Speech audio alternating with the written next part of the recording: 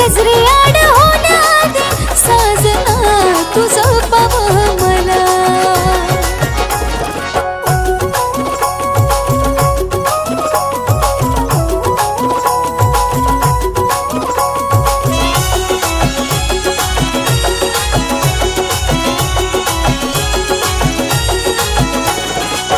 जाऊ नको दूर काळीज तळमळून बोल र, जिथे पण जीवाचं कला